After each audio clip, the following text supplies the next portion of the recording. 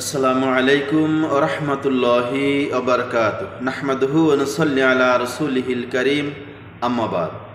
আমার প্রিয় ভাইরা, পর্দার অন্তরালের মা ও বোনেরা, আজকে আপনাদের খেদমতে পবিত্র কোরআনুল কারীমের 13 পারা সূরা ইউসুফ এর 61 নং আয়াত থেকে 64 নং আয়াত পর্যন্ত সংক্ষিপ্ত আলোচনা করব ইনশাআল্লাহ।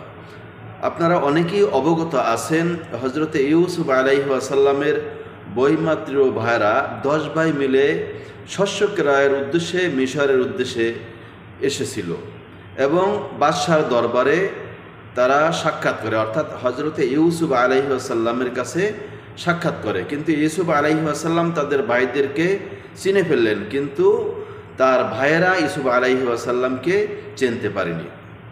যখন হজরত ইউসুফ আলাইহিস সালাম তাদের সামগ্রী অর্থাৎ শস্য প্রস্তুত করে দিলেন, যখন তারা চলে যাবে ঠিক সেই সময় হজরত ইউসুফ আলাইহিস সালাম তাদেরকে বললেন, তোমাদের বৈমাত্র ভ্রাতাকে সঙ্গে আনবে, এবং আরও বলল যে তোমরা কি দেখছো না আমি প্রত্যেকের অংশ পুরোপুরিভাবে মেপে দেই, আর আমি হয়েছি সর্বাধিক অতিথিপরায়ণ। যেহেতু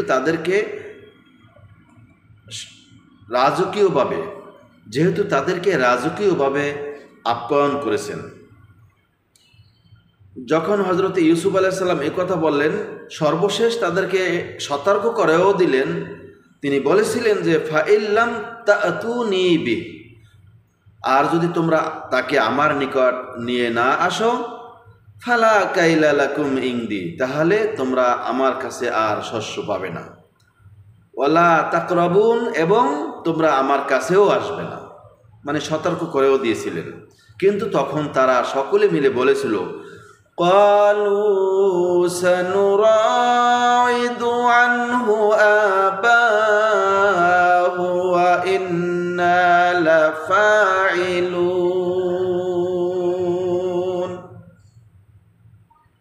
তারা বলল, তাকে তার পিতার নিকট আমরা চাবো এবং নিশ্চয় আমরা এই কাজ করার চেষ্টা করব। অর্থাৎ তারা সকলে মিলে বলল যে সর্বোচ্চ আমরা চেষ্টা করব আমার ছোট ভাই বনিয়ামিনকে সাথে করে নিয়ে আসার জন্য। আল্লাহ রাব্বুল আলামিন 62 নং আয়াতের মধ্যে বলেন, وَقَالَ لِفِتْيَانِهِ اجْعَلُوا بِضَاعَتَهُمْ। হযরত ইউসুফ আলাইহিস সালাম তার গোলামদেরকে বললেন, অর্থাৎ তার চাকরদেরকে বললেন যে তোমরা তাদের পণ্য রেখে দাও, ফি রিহালিহিম, তাদের মালপত্রের মধ্যে, অর্থাৎ তাদের বস্তার মধ্যে খুব সতর্কভাবে তারা যে পণ্য নিয়ে এসেছিল সেগুলি তাদের মালামালের ভিতরে দিয়ে দাও, লাআল্লাহুম ইয়ারিফুনাহা, যাতে করে তারা জানতে পারে, বুঝতে পারে, ইজান ক্বালাবু ইলা আহলিহিম, যখন তারা পরিবারের কাছে ফিরে যাবে, লাআল্লাহুম ইয়ারজিউন, সম্ভবত তারা পুনরায় ফিরে আসবে।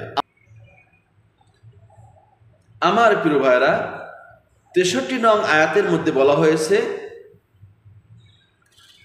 ফালাম্মা রাজাউ ইলা আবিহিম, অতঃপর যখন তারা তার পিতার কাছে ফিরে গেল, ক্বালু, তখন তারা 10 ভাই মিলে বলল, ইয়া আবানা, হে আমাদের আব্বাজান, হে আমাদের পিতা, মুনিআ মিন্নাল কাইল, আমাদের জন্য বরাদ্দ বন্ধ করে দেওয়া হয়েছে, আমাদেরকে আর শস্য দেওয়া হবে না।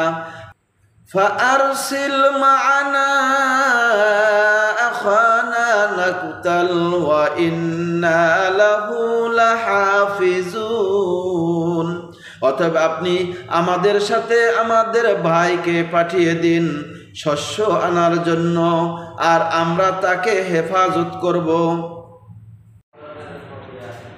আমার প্রিয় ভাইরা, পর্দার অন্তরালের মা ও বোনেরা, এর জবাবে হযরতে ইয়াকুব আলাইহিস সালাম কি বলেছিলেন?